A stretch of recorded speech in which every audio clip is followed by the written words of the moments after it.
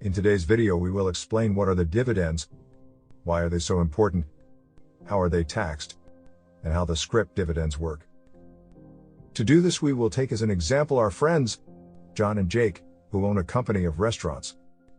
Let's assume that the company has 8 stores in total. It is time to start seeing the profits they bring in for those who would put their trust in them. At the end of the year, the 2 partners got together and did the balance sheet.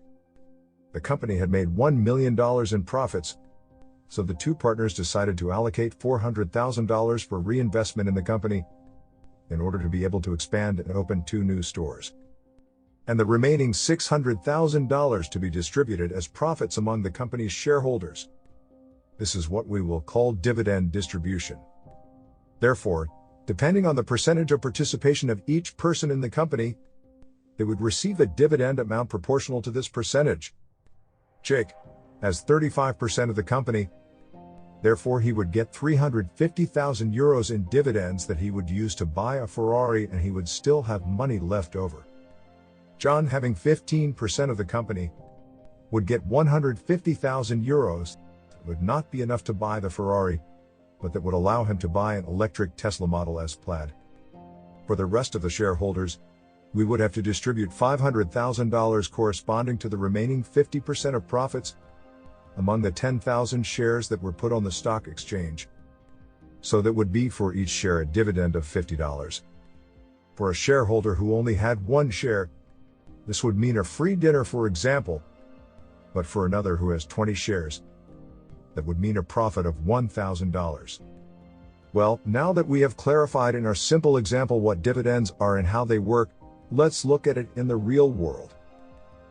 Currently, in the S&P 500, there are many companies that pay dividends. These companies usually pay out in 2, 3, or 4 times per year. A very important thing to keep in mind is the dividend yield. This value indicates the profit that we will obtain after 1 year with this stock, ignoring the fact that the stock may be worth more or less than the price at which we bought it. For example, we note that CenturyLink Incorporated currently has the highest dividend yield of the S&P 500, with 9.51%.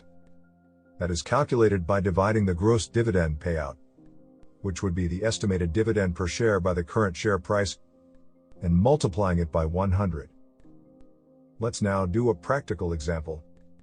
Leaving aside whether CenturyLink Incorporated is an expensive or cheap stock right now, or whether its valuation will go up or down in a year, which I will leave for future videos.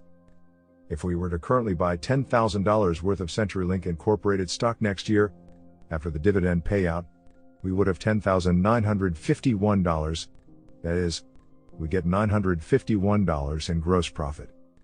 Now that we understand what dividend yield means, let's compare the average yield for the top 10 dividend stocks in the S&P 500, which averages out to be about 7.53%, versus the yield on 1-year deposits, which currently averages 0.03%.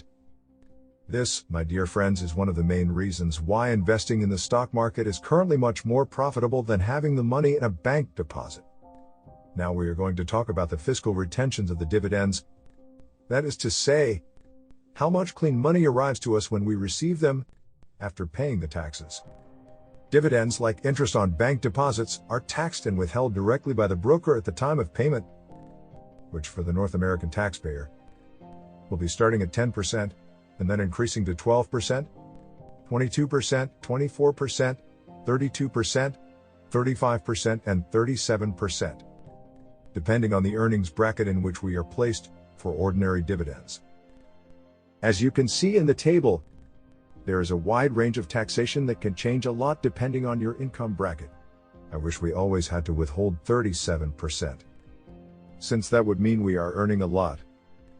In the case of qualified dividends, which are dividends that pay less tax and must meet special requirements put in place by the IRS. This is the Internal Revenue Service of the U.S. federal government responsible for collecting taxes. These have lower taxes, as shown in the table I show below, which can be 0% to 10% and 15%. In case of having invested in non-U.S. securities, the country where the company resides may have a higher or lower withholding tax than the United States. For these cases, it is advisable to find out the taxation of that country, as it varies from country to country. In addition, with certain countries there are treaties to avoid double taxation, which can be accessed by filling out the corresponding documents of the country in question. In this way, we avoid being taxed twice for the same thing. Once in the country of origin, where the company is located, and the other in the destination country, where we pay our taxes.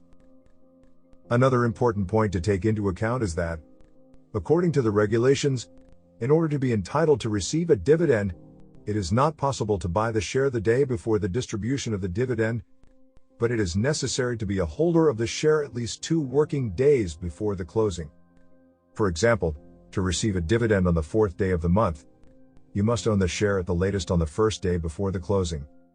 An interesting thing for the beginners in the stock market is to understand that when a company distributes a dividend, it is deducted from the quotation at the opening of the day in which it will quote X dividend.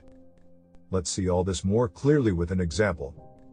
Jake announces that he will distribute $1 of dividends of the company on June 4th. Therefore, June 1st will be the last day for shareholders who wish to receive it on this date to have the shares in their possession. Let's assume that the share is worth $100. At the end of the session on June 1st, the list of all the shareholders who will be the ones to receive the payment is drawn up. On June 2nd, at the opening of the stock market, the share will not open at $100, but at $99.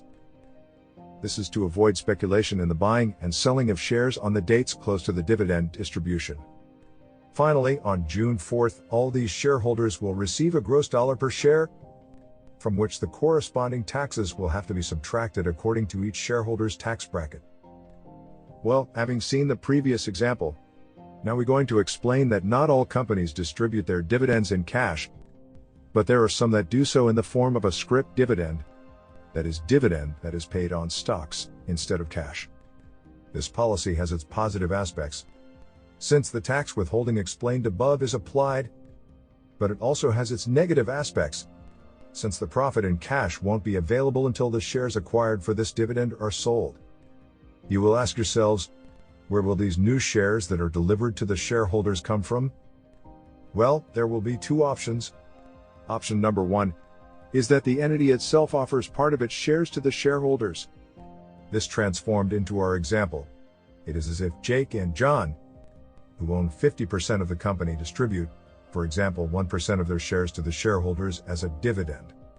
The other option, and more common nowadays, is by means of a capital increase. That means by generating new shares. This way of acting of a company can be very detrimental to the shareholders, as they have to choose between collecting the dividend in cash, but reducing their percentage of participation in the company, or take the shares and keep their percentage of the company, but remain without having received a cash dividend. But it is better to explain it with a quick example. If a company distributes a scrip dividend valued at $0.045 per share, and at the moment of distributing the dividend we have 1,000 shares and the share is trading at $4. This would mean collecting $45 if they were distributed in cash. But as it is a scrip dividend, the company will grant us 300 subscription rights for a value of $0.15 each, defining that to obtain 1 share the shareholder must own 26 rights. These rights will be listed on the stock exchange for days in which their value can increase or decrease. It is during this period that we will evaluate whether it is more profitable to sell these rights and obtain the cash, or to wait for a reach for shares.